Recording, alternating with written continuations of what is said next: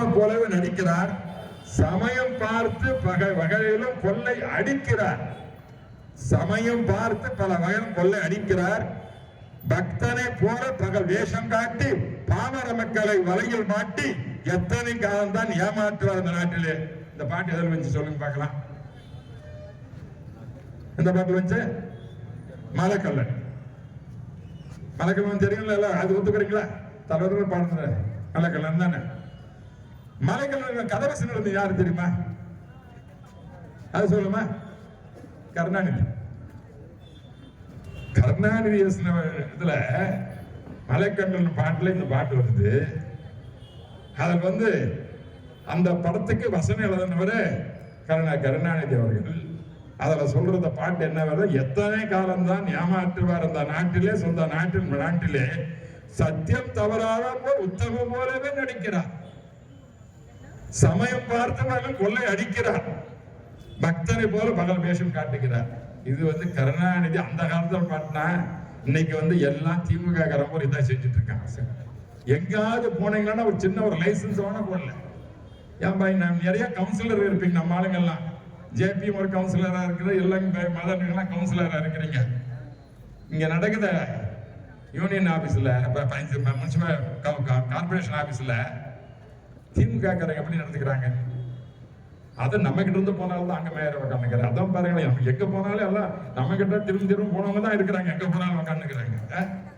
இங்க இந்த ஆளுக்காக நாங்கெல்லாம் செஞ்சு அந்த நேரத்துல எல்லாம் நான்லாம் பிரச்சாரம் பண்ணி நம்ம செட்டியார சேர்மனாக்க ஒரு வைஸ் சேர்மன் இப்படி எல்லாம் ஆன ஒரு காலம் இருக்குது. இன்னைக்கு இங்க இருந்துட்டு அங்க போனோம், இங்க போன அங்க போனா ஜெயிலுக்கு போறவரும் அனுப்பிட்டு இருக்காரு. இங்க போனவர் இங்க கார்பரேஷன் சேர்மனா இருக்கிறாரு. அவர் என்ன செய்யறாரு? நீங்க தான் சொல்லணும், பட்டியல் போட்டு சொல்லணும். நாராயணா, உனக்கு நாராயணான்னு போச்சு. சத்தியனுக்கு அந்த ஆள் கழிச்சுட்டு நாராயணா நீங்க உட்காந்துக்கிறாரு. உட்காந்துக்கிட்டு எதுக்கு சொன்ன? விளையாட்டுக்கு சொல்லுங்க. திமுக ஆட்சிக்கு மக்களுக்கு அண்ணா எதுக்காக அந்த இயக்கத்தை உருவாக்கிறார்? தமிழனுக்காக, தமிழ் மக்களுக்காக, ஏழைகளுக்காக பாடுபட வேண்டும், சமத்துவம் கொண்டு வர வேண்டும் சொன்னார். ஊழல் செய்வதற்காக ஆட்சி கொண்டு பண்ணாங்க. ஊழலை ஒழிப்பேன்னு சொல்லிவிட்டு எந்த ஊழலை ஒழித்திருக்கிறாய்? தேர்தல் நேரத்தில் என்ன வாக்குறுதி செய்து முடித்திருக்கிறாய்? சொல்லட்டும் பார்க்கலாம். தேர்தல் வாரத்தில் என்ன சொன்னாங்க? நீட் எக்ஸாம் சொன்னாங்க. நீட் எக்ஸாம் முடிஞ்சதா? நான் தான் பார்லிமெண்ட்ல பேசிருப்பீங்களே. இந்த நீட் எக்ஸாம் கொண்டு வந்தது காங்கிரஸ் கொண்டு வந்தது. காங்கிரஸ் கொண்டு வரும்போது முதலமைச்சர் இருந்தது, திமுக இருந்தது. 2010 தான் இந்த தீர்மானத்தை கொண்டு வராங்க. குலாம் ஆசாத் தான் ஹெல்த் மினிஸ்டர். அன்னைக்கு திமுக ஆட்சி அங்க வகிக்குது. அன்னைக்கு பேசுறது வக்கில்ல. அன்னைக்கு நினைச்சிருந்தா நீங்க கேபினெட்ல நிறுத்தி இருக்கலாம். அதற்கு பிறகு தேர்வு நடத்துறாங்க. 2012 தேர்வு நடத்துறாங்க, நீட் எக்ஸாமினேஷன். அது அன்னைக்கு ஆட்சியில் இருந்தது காங்கிரஸ் திமுக தான் மத்தியில். அப்படி இருக்கும் பொழுது இன்னைக்கு நீட் எக்ஸாம் படிக்கிறது கையெழுத்து வாங்கினீங்க. கோடிக்கணக்கில் எங்க போச்சு? அதெல்லாம் கையெழுத்து வாங்க. உங்க இளைய மகன், நாளைய துணை முதலமைச்சர், வருங்கால முதலமைச்சர் என்று சொல்லிக் கொண்டிருக்கின்ற திராவிட முன்னேற்ற கழக நண்பர்களை பார்த்து கேட்கின்றேன். நீங்கள் கையெழுத்திட்டு நீட் எக்ஸாம் அது எங்க சென்றிருக்கிறது? அந்த உங்களுடைய மகஜன் எல்லாம் ஏதாவது செயல்பட்டு கொடுத்திருக்கிறீர்களா? ஒண்ணுமே இல்லையே. பிறகு டீசல் விலை, பெட்ரோல் குறைக்கிற நீங்களே குறைச்சிங்களா? உங்க மத்திய அரசு குறை சொல்லுவேன். உனக்கே ஸ்ட்ரெஸ் போட்டு அதுல நீ குறைக்கலாம்.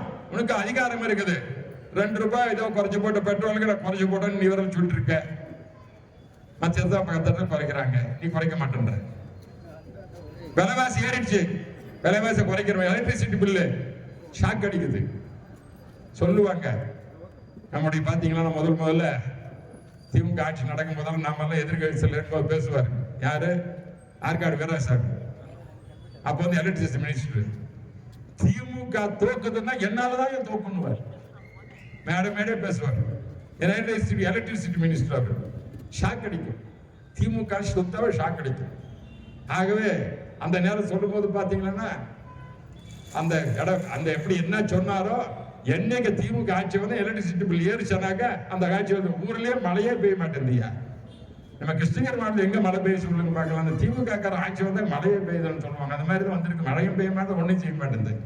அது எங்க பார்க்க கொஞ்சம் கர்நாடகா பக்கத்து அந்த பக்கம் மழை பெய்யும், இந்த பக்கம் மழையே வரமாட்டேங்குது. இனிமேல் வருமானம் தெரியல, மழை வருமானம் எனக்கு புரியல. இந்த ஆட்சி இருக்கிற மட்டும் மழையும் வராது, ஒன்றும் வராது. விலைவாசி ஏறிட்டு இருக்கோம். எல்லாருக்கும் டாக்ஸ் போட்டாங்க எக்கச்சக்கமா, வீட்டுங்களுக்கெல்லாம் டாக்ஸ். என்ன எல்லாம் விலைவாசம் குறைக்கிறேன்னா வேலை வாய்ப்பு பெருகு. என்ன வேலை வாய்ப்பு பெருக்கிறீங்க? இன்னைக்கு பூரா வேலை செய்யறவங்க யார் வேலை செய்யறாங்க? வந்து பீகார்ல இருந்து வந்து வேலை செய்யலன்னா ஒருபடி அவங்க தான் வேலை செய்யறாங்க. ஜார்க்கண்ட்ல இருக்கிற வேலை செய்யறாங்க, ஒரிசாலுக்கு இருந்து வேலை செய்யறாங்க, வெஸ்ட் பெங்கால் இருந்து வேலை செய்யறாங்க. தமிழ்நாட்டுக்கு என்ன வேலை என்ன கொடுத்திருக்க நீ சொல்லி பார்க்கலாம். என்ன திட்டங்கள் வந்து எல்லாருக்கும் வேலை கிடைச்சது?